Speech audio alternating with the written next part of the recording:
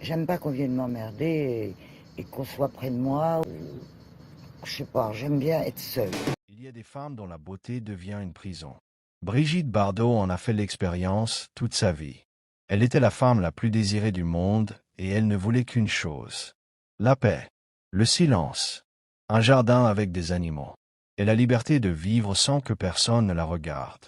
Elle est morte le 28 décembre 2025 à Saint-Tropez, dans sa maison de la Madrague, aux côtés de son mari Bernard Dormal. Elle avait 91 ans. Sa dernière phrase à lui fut douce et simple.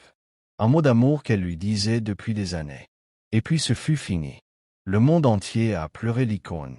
La star de Et Dieu créa la femme. La Marianne de la République française. Le symbole d'une époque de liberté et de beauté insolente. Mais pendant que le monde pleurait le mythe, une question restait suspendue dans l'air de Saint-Tropez. Qu'est-ce qu'elle laissait vraiment derrière elle? Et à qui? Brigitte Bardot n'avait qu'un seul enfant. Un fils. Nicolas-Jacques Charrier. Et l'histoire de ce fils avec sa mère est l'une des plus complexes, des plus douloureuses, des plus honnêtes aussi que le monde du spectacle ait jamais produite. Aujourd'hui, on va parler de Nicolas, de ce qu'il a vécu, de ce qu'il a traversé, et de ce que c'est d'être le fils unique d'une femme qui a dit publiquement qu'elle n'était pas faite pour être mère. Brigitte Bardot naît le 28 septembre 1934 à Paris dans une famille bourgeoise du 16e arrondissement. Père strict, mère distante, une enfance corsetée dans les apparences et les règles. Elle grandit avec le sentiment d'être moins aimée que sa sœur cadette, avec cette conviction profonde que l'amour autour d'elle est conditionnel, qu'il faut mériter d'être regardé, qu'on peut être retiré à tout moment. Cette blessure-là, elle ne la quitte jamais vraiment. Elle l'emporte partout. Dans ses mariages, dans ses amours, dans sa façon de fuir ce qui la retient. Et plus tard dans sa maternité. En 1958, elle rencontre Jacques Charrier, acteur français. Ils se marient en juin 1959. La grossesse qui suit est un cauchemar. Pas à cause de complications médicales, mais à cause des médias. Des dizaines de photographes campent devant sa porte. Sur les toits, dans les rues. Elle ne peut pas sortir sans être traquée. Elle ne peut pas respirer sans qu'un objectif la suive. La grossesse la plus intime de sa vie devient un spectacle public grotesque. Nicolas naît le 11 janvier 1960. Un garçon, en bonne santé. Mais Bardot est dans un état de détresse psychologique sévère. Elle ne reconnaît pas ce qu'elle ressent. Elle ne comprend pas ce lien maternel que tout le monde décrit comme naturel et immédiat. Elle se sent étrangère à son propre fils. Dépassée. Piégée. Elle confiera cette vérité des décennies plus tard dans ses mémoires publiés en 1996. Des mots brutaux. Une honnêteté qui choque. Elle compare sa grossesse à quelque chose qui se nourrissait d'elle contre sa volonté. Des mots qu'aucune mère n'ose dire habituellement. Et que Bardot a dit parce qu'elle n'a jamais su faire semblant. Ces mots blessent Nicolas au plus profond. Il intente un procès à sa propre mère pour atteinte à sa vie privée. Il gagne. Ce procès marque une rupture symbolique entre eux. Une ligne tracée dans le marbre. Difficile à effacer. Très tôt, Nicolas est confié à ses grands-parents paternels. Bardot n'est pas en état d'élever un enfant. Sa carrière explose. Les tournages s'enchaînent. Les voyages aussi. Et la petite flamme maternelle qu'elle porte en elle ne sait pas comment s'exprimer dans le quotidien d'un nourrisson, dans les nuits sans sommeil, dans la routine domestique qui l'étouffe. Les parents de Jacques Charrier élèvent Nicolas dans le calme et la discrétion. Loin de Saint-Tropez. Loin des flashs. Loin du monde qui adore sa mère. Nicolas grandit donc sans Brigitte vraiment présente. Avec une image de mère construite par les journaux et les films plutôt que par les souvenirs du quotidien.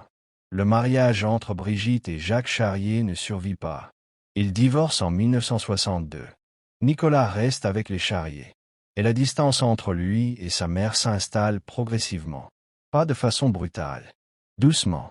Comme quelque chose qui n'a jamais vraiment commencé et qui s'efface avant même d'avoir existé vraiment. Bardot continuera de voir Nicolas. Des rencontres sporadiques. Des moments où quelque chose de tendre passe entre eux. Elle n'est pas un monstre. Elle l'aime à sa façon. Une façon maladroite. Limitée par ses propres blessures. Limitée par cette incapacité à donner ce qu'on n'a pas reçu soi-même.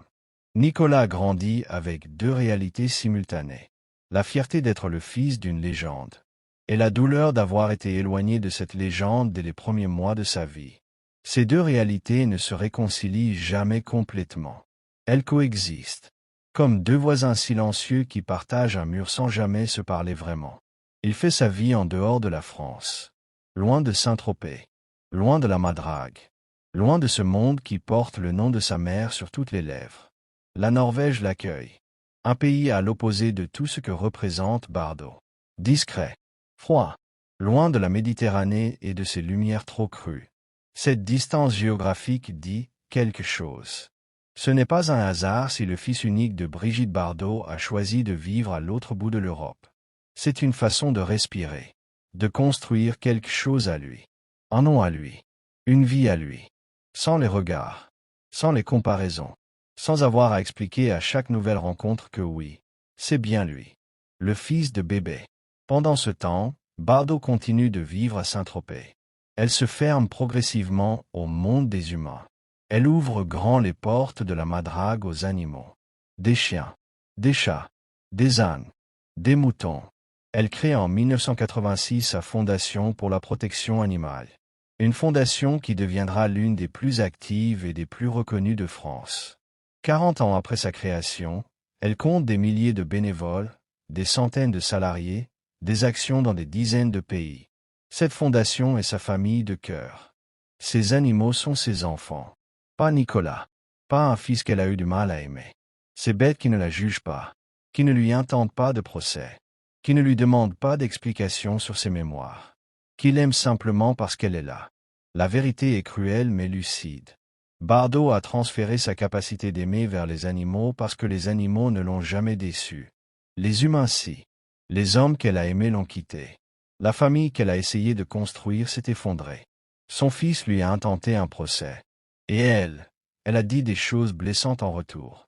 C'est un cercle de douleur qui ne s'est jamais vraiment interrompu. Mais quelque chose de plus important encore attend Nicolas après la mort de sa mère. Un testament. Des décisions prises il y a des décennies. Un héritage qui ne ressemble à aucun autre.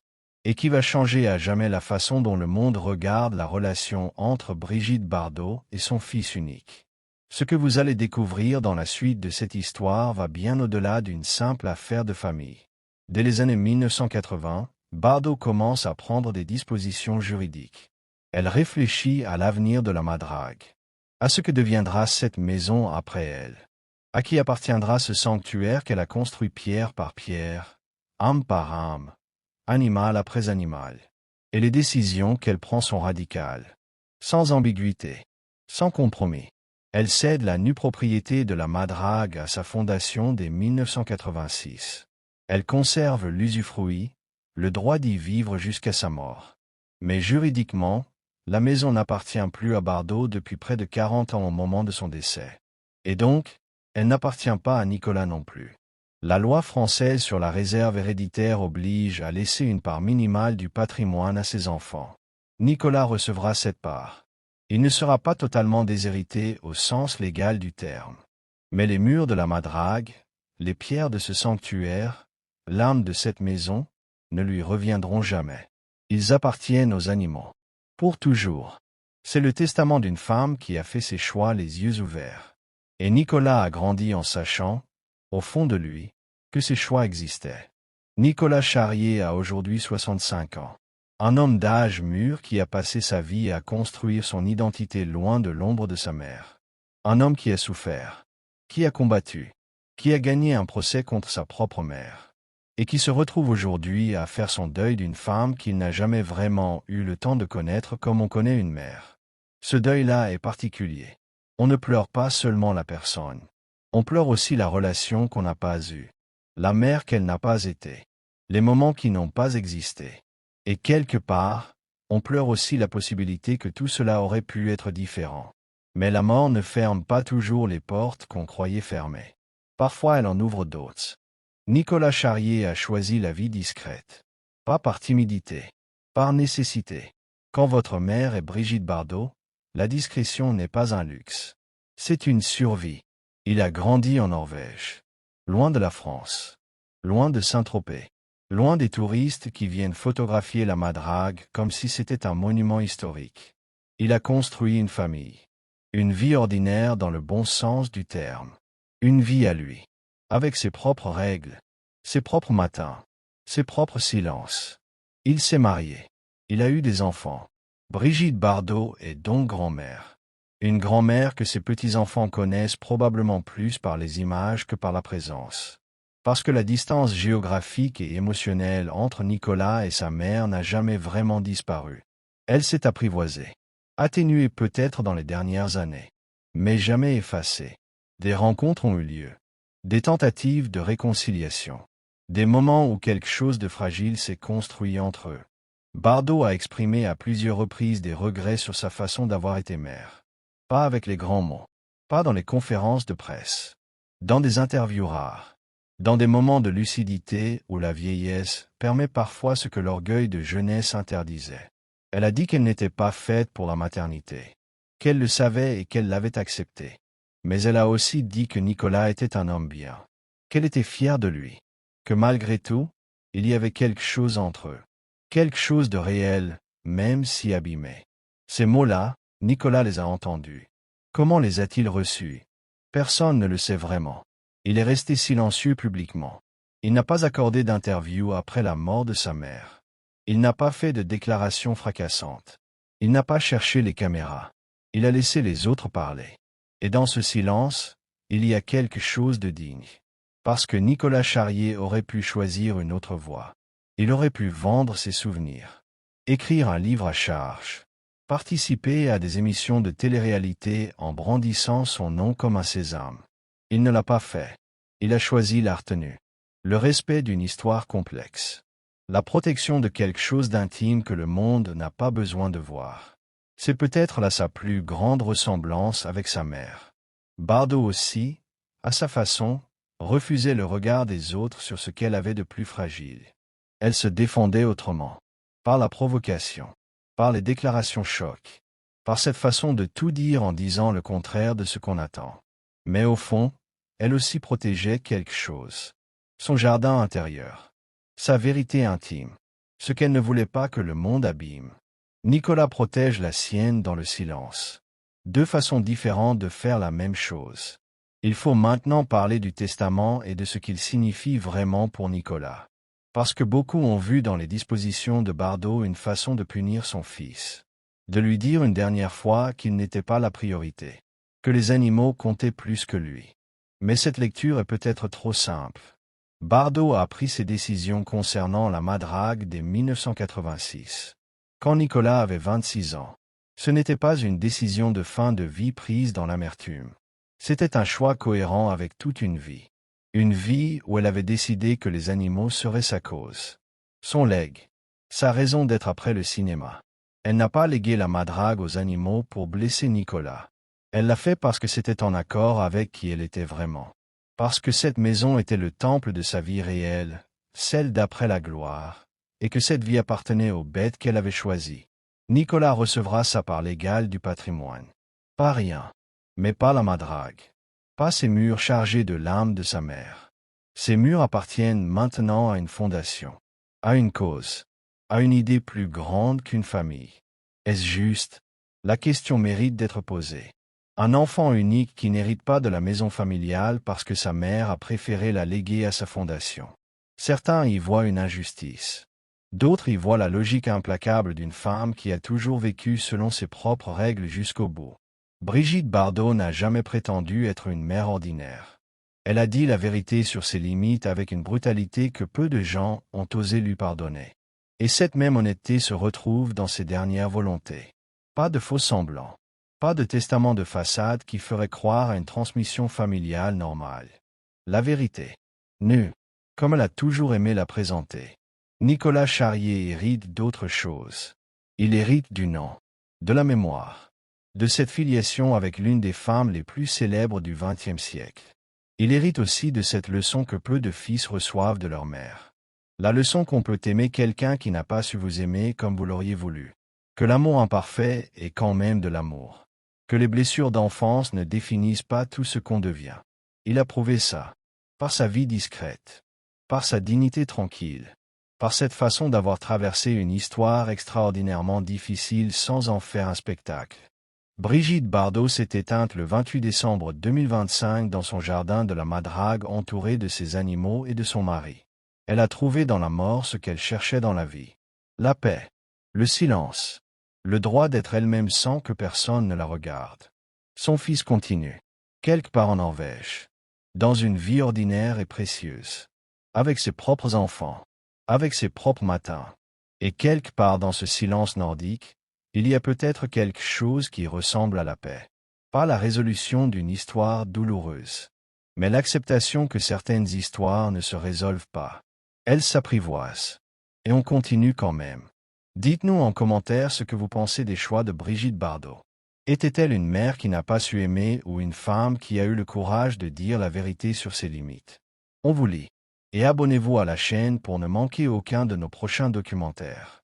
Il faut aussi parler de ce que la mort de Bardot a déclenché dans l'opinion publique. Les réactions ont été massives. Emmanuel Macron a salué une légende du siècle. Des milliers de fans se sont rassemblés spontanément à Saint-Tropez. La presse internationale a consacré ses unes à cette femme qui avait quitté le monde du spectacle en 1973 et qui n'avait jamais vraiment quitté les esprits. Cette mobilisation collective dit quelque chose d'important. Bardot appartient à une génération qui n'existe plus. La génération des icônes absolues. Celle qui n'avait pas besoin d'Instagram pour exister. Celle dont une photo en noir et blanc suffisait à arrêter le monde. Ses films continuent de tourner. Sa Madrague reste dans les mémoires comme une chanson qu'on connaît sans l'avoir appris. Et sa fondation continue chaque jour de sauver des animaux dans 70 pays. C'est un héritage immense. Bien plus grand que n'importe quelle maison. Nicolas Charrier est l'héritier d'une femme qui n'a jamais été ordinaire. Il n'a pas eu une mère normale. Il a eu Brigitte Bardot. Avec tout ce que ça implique de gloire, de douleur, d'absence et de vérité brute. Et dans ce lot impossible, il a trouvé comment vivre. Silencieusement. Dignement. Loin des flashs qui ont poursuivi sa mère toute sa vie. Et peut-être que c'est ça, finalement, son plus bel héritage. Ce silence qu'elle n'a jamais su trouver elle-même. Et qu'il a choisi à sa place. Aux Oscars 2026, le nom de Brigitte Bardot n'a pas été mentionné dans la séquence hommage aux disparus. Une omission qui a choqué beaucoup de Français. Mais peut-être que Bardot aurait souri de cette absence. Elle qui avait passé sa vie à fuir les cérémonies officielles. Elle qui détestait les hommages formels. Elle qui voulait une simple croix en bois dans son jardin plutôt qu'un enterrement de star. Même morte, elle refusait les conventions. C'est pour ça qu'on l'aimait.